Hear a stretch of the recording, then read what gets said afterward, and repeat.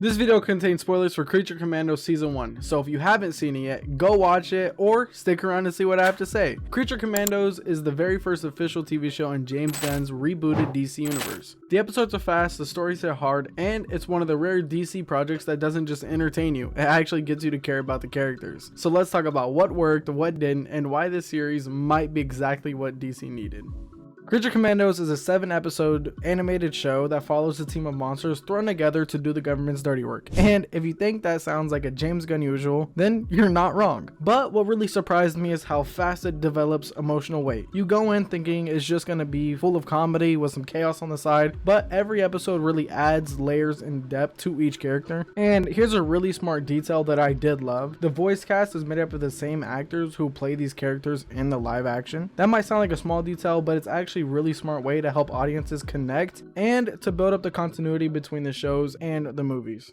In just a 25-minute episode, James Gunn actually makes you care. First off, let's give James Gunn his credit. Even with the short runtime, he finds time to flesh out everyone's backstory, give them unique voices, and make their choices feel real. Each episode tightens your connection to the crew, and by the finale, you're in it fully. The voice acting is also phenomenal across the board. Everyone brings something, but David Harbour as Frankenstein is just on another level. There's this quiet sadness in how he delivers lines like a soldier who's tired but still hopeful for the future. Although my personal favorite is gotta be the bride. She's intense and commanding, but underneath all the attitude, there's a softer side, a quiet sense of protectiveness. Also, I love how naturally the team dynamics fall into place. Everyone fits a role, and the bride just kind of steps into the leader position without ever needing to say it out loud. It just makes sense. And don't even get me started on Weasel. Ever since the Suicide Squad movie, he's just been the comic relief or the punchline, but here we find out he's been misunderstood the entire time. He wasn't trying to kill those kids, he was actually trying to save them. He just looks like a monster, so the world treated him like one, and there's something really tragic about that. It's just really sad.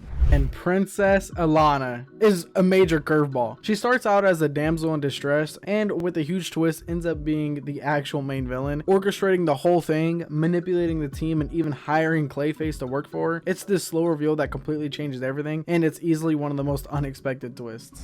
Now let's jump into what personally was my favorite episode of the entire show, is episode 6, and it really does deserve extra praise. It slows everything down and lets you actually sit with the characters, especially Frankenstein, which I'm pointing at again. He just kills it. But let me quit ranting. There's this haunting sadness beneath everything else, and it's in that quiet where you realize this show isn't just about monsters. It's really about what it means to be human, and yes, they are monsters, but they still have human emotions, and I really like how this episode dives more into that aspect of the characters.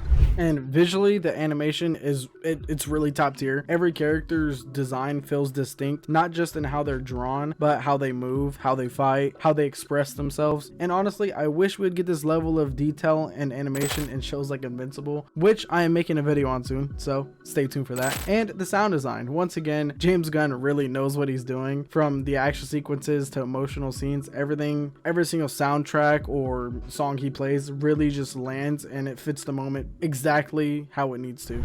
But if I had one complaint, it's this: they kill off Nina right after they make you care about her, and it's not that her death is poorly done or out of character for anyone, it just stings because she brought a lot of emotional weight to the team, and she had way more story to tell, and losing her this early feels like a missed opportunity. But aside from that, I have no major complaints. Honestly, the only thing I wanted was more. But beneath all the chaos is real connection. What makes Creature Commandos work so well is its heart. Yes, it's violent, yes, it's absurd, but at its core, it's a show about rejected people trying to find purpose. Every character is a metaphor for someone who's been cast aside, misunderstood, or even feared. And James Gunn, being James Gunn, doesn't just stop at the surface. He gives them dignity, he gives them grief, and most importantly, he gives the monsters moments of vulnerability. By the end of the season, you don't just remember the action or the plot, you remember how it made you feel. Honestly, I'm not just saying that. I actually was like, damn, I feel bad for these characters. But for a show packed into just over 2 hours of total runtime, it's actually pretty insane how he did it. And there's a scene in episode 6 with no explosions, no jokes. Back to Frankenstein again, but Frankenstein is just talking about his past. It's quiet, honest, and completely unexpected in a show like this. It's the moment the show earns your trust, when you realize you're not just watching for the chaos, you're watching because the writing is amazing. But also, beneath all the monsters, there's something something deeply human going on.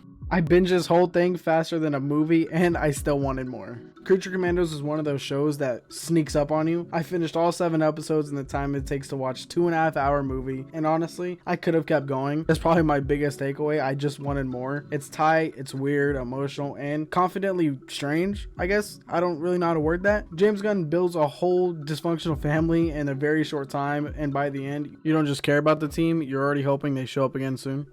And thank you for joining me in today's movie review. If you enjoyed this video, be sure to subscribe and feel free to check out my previous videos. I put a lot of work into these videos and I try to improve on each one. So if you can, check it out. It tells the algorithm that my videos are worth watching. And as always, stay curious and let's keep the conversation going.